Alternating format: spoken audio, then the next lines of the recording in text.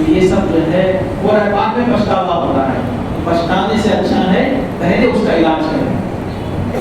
حاضرین کرام، وصفات کی تعلیمات کیا ہیں؟ یہی جو ہے اصل مقصد ہے. میرا بیان کرنے کا مقصد یہی ہے کہ حضور غوث الثقلین رضی اللہ تعالیٰ عنہ فرماتے ہیں کہ فرائض پر توجہ دو، فرائض پر عمل کرو، جو ہم پر فرض ہے اس پر عمل کرو. اس کے بعد جب فرائض سے تم فرائض کام کر لو، فرض کو ادا کر لو، تو اس کے بعد سنتوں کو عمل کرو، سنتوں پر توجہ دو. جب سنتوں پر تم عمل کر لو، سنتوں پر اچھی توجہ دینے کے بعد اس کے بعد نوافل پر عمل کرو، اس کے بعد نوافل پر عمل کرو. جو شخص فرائض چھوڑ کر، فرض چھوڑ کر نفل کو اختیار کرتا ہے، نوافل کو اختیار کرتا ہے، اس کی مثال اس احمق جیسی ہے جو بادشاہ نے، اس شخص جیسی ہے جسے بادشاہ نے اپنی خدمت کے لیے بلایا، جسے بادشاہ نے اپنی خدمت کے لیے بلایا اور وہ بادشاہ کی خدمت چھوڑ کر بادشاہ کے غلاموں کی خدمت میں لگ گیا. اللہ تعالیٰ کہہ رہا ہے کہ فرض ادا کرو، اس کا ثواب زیادہ ہے، اس کی اہمیت زیادہ ہے، اس کا مقام زیادہ ہے. ہم فرض چھوڑ دیے، ہم جو ہے نوافل میں لگ گئے، ہم نوافل میں لگ گئے. تو ایسا مت کرو. عثمان فرماتے ہیں اس کا عمل قبول نہیں ہوگا جب تک ہمارے ذمے ایک فرض نماز بھی ہے، یعنی قضا ہو گئی نماز، وہ باقی ہے، وہ باقی رکھ کر ہم جو ہے نوافل پڑھ رہے ہیں. 15ویں شعبان کو نماز کے لیے کھڑ گئے، شبینہ نماز کے لیے کھڑ گئے، پوری رات بھر نمازیں پڑھ رہے، کوئی نماز قبول نہیں ہوگی، کوئی نفل نماز قبول نہیں ہوگی جب تک کہ آپ فرض نماز ادا نہیں کرتے تھے. آپ کے ذمہ کوئی فرض نماز قضا ہے تو اس کو پہلے ادا کرنا ہے، واجب ہے تو پہلے اس کو ادا کرنا ہے، اس کے بعد نوافل ادا کرنا ہے. اور وقت کا فرمان ہے، ہم ہے کہ ہم جو ہے نوافل پر فوکس کرتے ہیں، نفل نمازوں پر فوکس کرتے ہیں. نفل بعد میں، پہلے فرض کرو، فرض نمازیں پڑھو، فرض کام کرو، اس کے بعد جو ہے واجب کیا ہے، واجب کو ادا کرو، سنتوں کو ادا کرو، اس کے بعد نوافل کی طرف آؤ. تو پہلے فرض کا درجہ ہے. ناظرین کرام، غوث الثقلین غوث اعظم رضی اللہ تعالیٰ عنہ فرماتے ہیں کہ ہمیں ایک ضابطہ دے رہے ہیں، ایک کسوٹی دے رہے ہیں کہ کس سے دوستی کرنا ہے، کس سے دشمنی کرنا ہے. حضور غوث الثقلین رضی اللہ تعالیٰ عنہ فرماتے ہیں کہ جب تمہارے دل میں کسی شخص کے لیے محبت یا کسی شخص کے لیے دشمنی ہو تو پہلے قرآن اور سنت کی روشنی میں اسے پرکھو. پہلے قرآن اور سنت کی روشنی میں اسے پرکھو. اگر وہ قرآن اور سنت کی روشنی کے برابر محبت کے لائق ہے تو اسے محبت کرو، اگر وہ نفرت کے لائق ہے تو اسے نفرت کرو. کسی سے ہم دوستی کرنا چاہتے ہیں، کسی سے ہم فرینڈشپ کرنا چاہتے ہیں تو پہلے دیکھنا کہ وہ نیک ہے یا نہیں ہے. منہ میں گالی ہے تو دوستوں، میرے بھائیوں، اس سے دور ہو جاؤ، وہ اچھا لڑکا نہیں ہے. کوئی نماز کو بلا رہا ہے تو اس سے دوستی کرو، نماز کو بلا رہا ہے اس سے دوستی کرو، قرآن پڑھنے بلا رہا ہے اس سے دوستی کرو. جو اللہ اللہ کریں گے، ذکر و ذکر کی محفلوں میں جائیں گے کہہ رہا ہے اس سے دوستی کرو، اس سے دوستی کرو. دشمنی کسی سے کرنا ہے تو یہ نہیں کہ انہیں جو ہے میں آیا تو اٹھ کے کھڑا نہیں، اس لیے دشمنی ہوگی. ہمارے ابا اس سے دشمنی کرتے تھے، مسلمان ہے لیکن ابا دشمنی کرتے اس لیے میں دشمنی کر رہا ہوں، نہیں، ہرگز نہیں. ابا دشمنی کر رہے ہیں، وہ کر کے چلے گئے، وہ بھی نہیں کر رہا تھا. کسی مسلمان سے 3 دن سے زیادہ جو ہے ناراضگی اور بات کیے بغیر نہیں رہنا، دشمنی نہیں کرنا. تو ابا دشمنی کی ہم دشمنی کریں، نہیں، دشمنی کی اس لیے الحب فی اللہ والبغض فی اللہ. حدیث شریف میں حضور صلی اللہ علیہ وسلم فرماتے ہیں اللہ کے لیے محبت کرنا ہے، اللہ کے لیے دشمنی کرنا ہے. تو شریعت کہاں پر کہہ رہی ہے کہ اس سے دشمنی کرنا ہے؟ کوئی سود کھا رہا ہے، انٹرسٹ دے رہا ہے، کوئی زنا کر رہا ہے، کوئی شراب پیتا ہے، کوئی بری عادتوں میں لگا ہوا ہے، تو اس سے دشمنی کرو، اس سے دور ہو جاؤ. اس سے دشمنی کرو گے تو جا کر مارنا، پیٹنا، کپسنا، نہیں. دشمنی مطلب اس سے دور ہو جانا. اس کا جو کام ہے، جو شراب پیتا ہے وہ کام سے دشمنی کرنا ہے. اس کا جو کام ہے جوا کھیلتا ہے اس کام سے دشمنی کرنا ہے. اس کا جو کام ہے زناکاری کرتا ہے اس سے دشمنی کرنا ہے. جو ماں باپ کو گالی دیتا ہے اس سے دشمنی کرنا ہے. جو ماں باپ کی ادب نہیں کرتا اس کام، جو برا کام ہے برے کام سے دشمنی کرنا ہے. اس لیے اس سے دور ہو جانا، اس کا بائیکاٹ کرنا ہے، اس سے دور رہنا ہے. یہ نہیں کہ دشمنی کرے جا کے پٹک دیے، مار دیے، بس ایسا نہیں.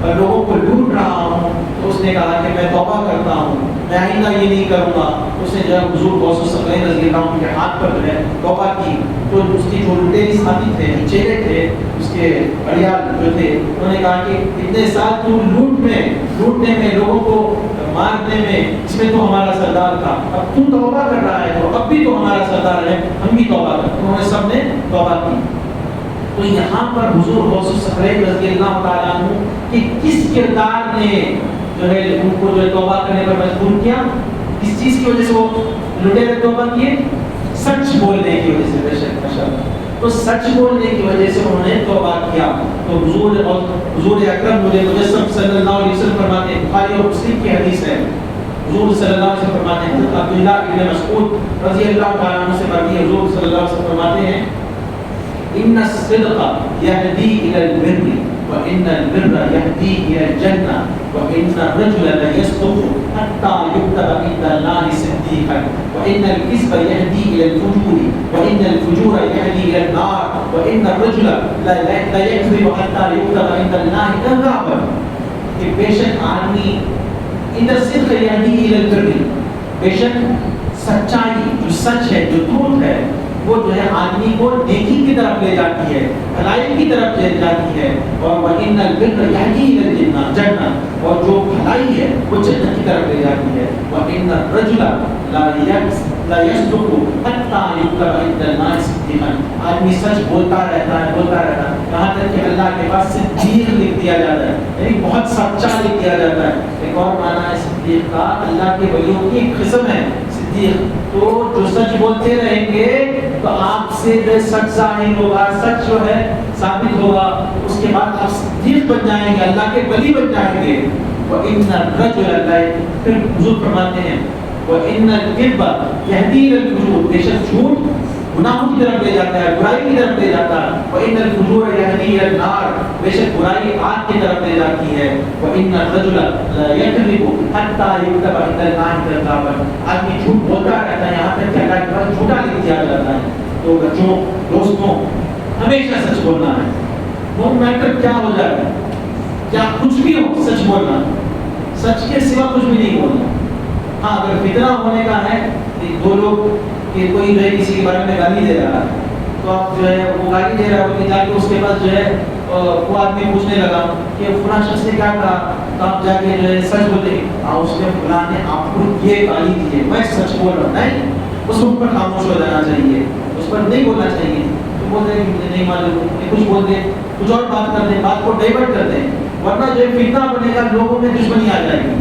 موقع کی مناسبت بھی دیکھنا ضروری ہے، لیکن ہمیشہ سچ بولنا ہے، جھوٹ نہیں بولنا ہے۔ ایک اور روایت، اس کے بعد اپنی بات کو ختم کرتا ہوں، ابو داؤد شریف میں ہے، حضرت عبداللہ بن عامر بن ربیعہ رضی اللہ تعالیٰ عنہ فرماتے ہیں کہ بینما کہ حضور صلی اللہ علیہ وسلم ہمارے گھر میں بیٹھے ہوئے تھے، تشریف فرماتے، تو میری ماں نے مجھے بلایا، ہاں تعال اوٹھی کا، اوے سنتے ہو، ادھر آؤ، میں تمہیں ایک چیز دیتی ہوں۔ حضور نے فرمایا ماں اردتی ان تعطیہ، تم نے کیا دینا چاہا اس سے، ہمارے بیٹے کو تم نے جو بلایا کیا دینا چاہا؟ انہوں نے کہا کہ اردت ان اعطیہ تمرت، یہ میں نے چاہا کہ میں اس کو ایک کھجور دوں، ایک کھجور، ایک ڈیٹس اسے دوں، پھر سے بولو اسے دوں۔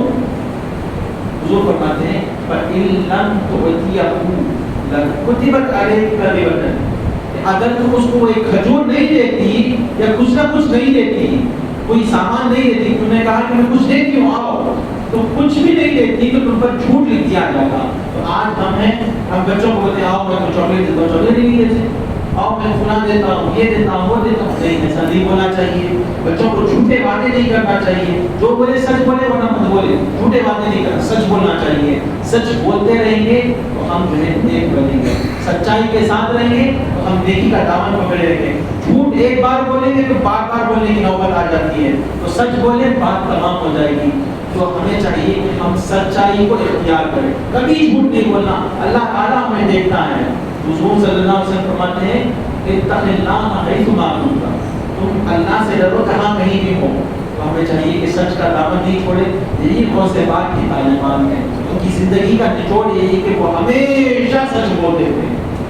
آپ کا کام بھی سچ بولنا، سچ کو دکھانا ہے۔ اللہ تعالیٰ سے دعا کروں کہ اللہ تعالیٰ ہمیں حضور غوث الثقلین رضی